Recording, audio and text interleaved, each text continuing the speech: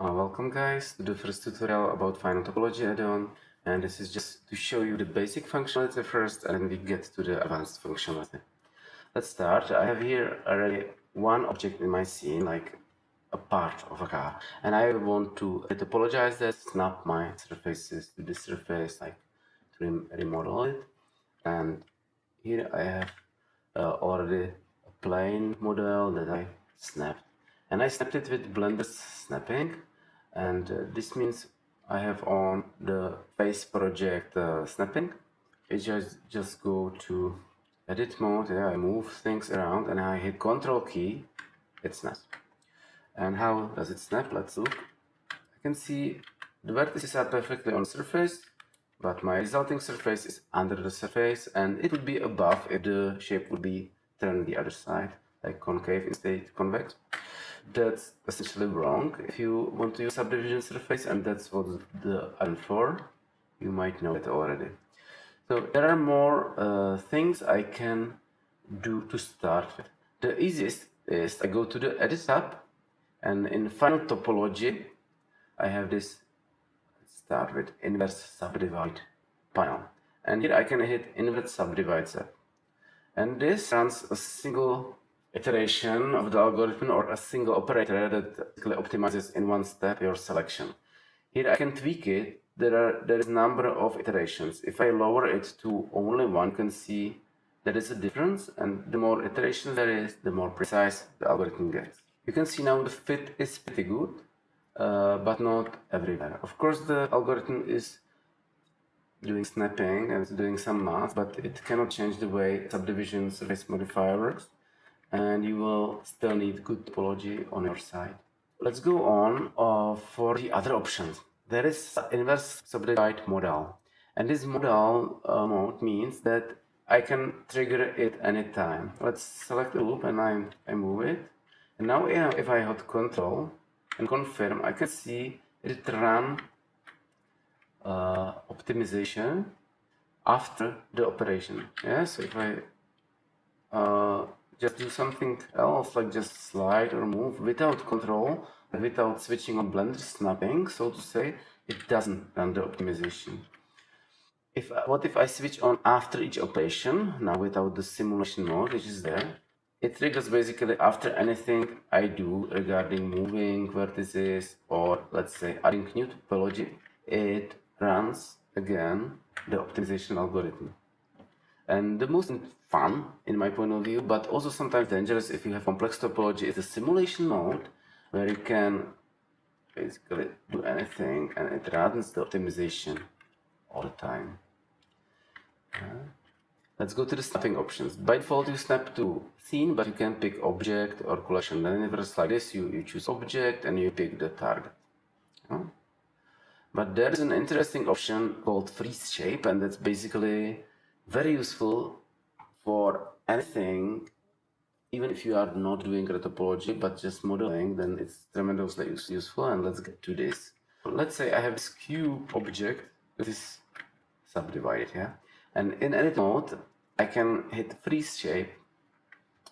Now, if I run the model operator, again the simulation mode, you can see immediately I get some visualization that something is happening, and let's do some loop cuts. Yeah?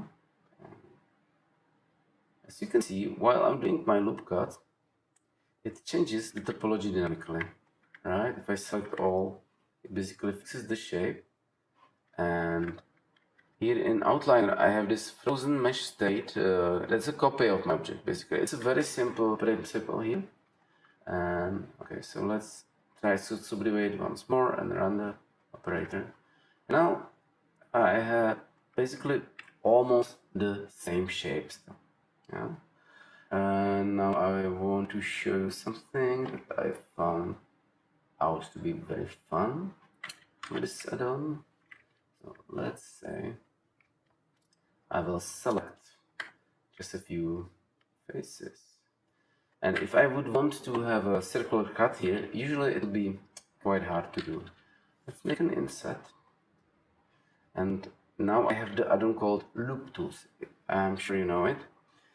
And there I go to the circle tool and I switch on off flatten option of it, and I hit circle. And you can see that if I hit it several times, the result gets better. And now I have really a circle, and the shape is still kept well. Let's insert one once more, or maybe you extrude and scale. Scales the inner topology. Hit circle again, yeah.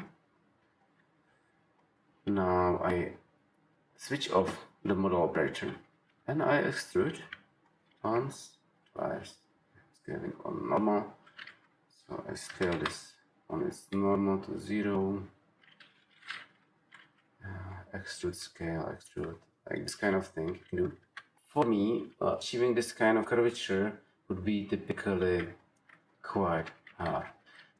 So that's about it. That's the basic possibilities of the add-on, and let's continue with the advanced ones, yeah? If you get the more advanced version, you have all these settings like iterations, neighbor levels. Neighbor levels are about the fact that if you move one vertex in subdivision surface, yeah, you can see the surface moves also around the neighbors.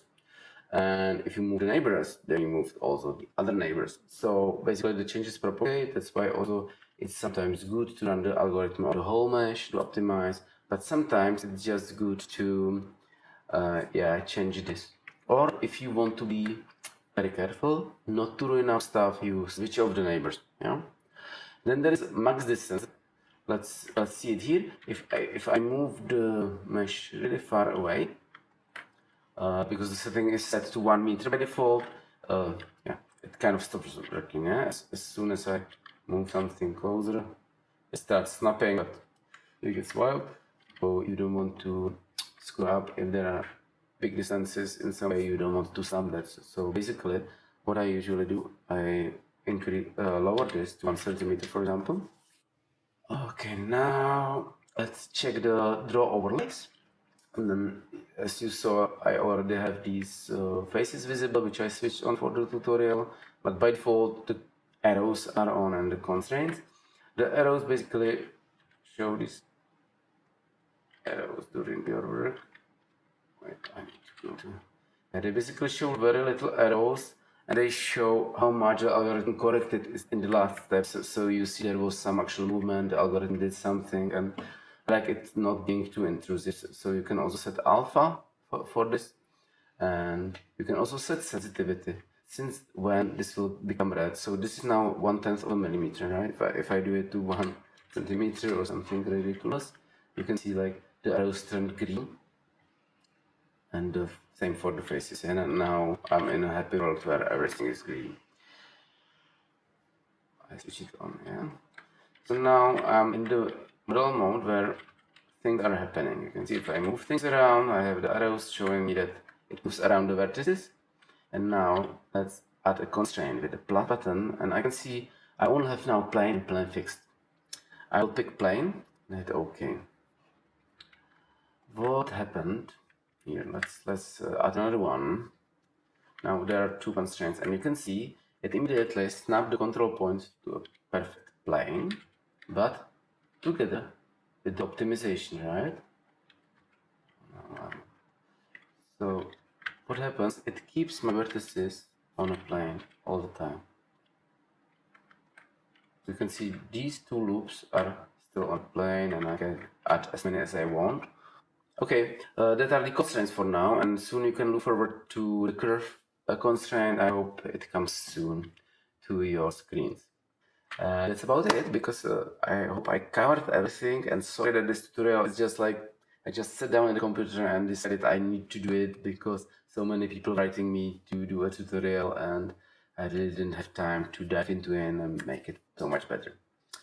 And thank you for supporting Blender Kids. Thank you for supporting this add-on, because otherwise it wouldn't happen.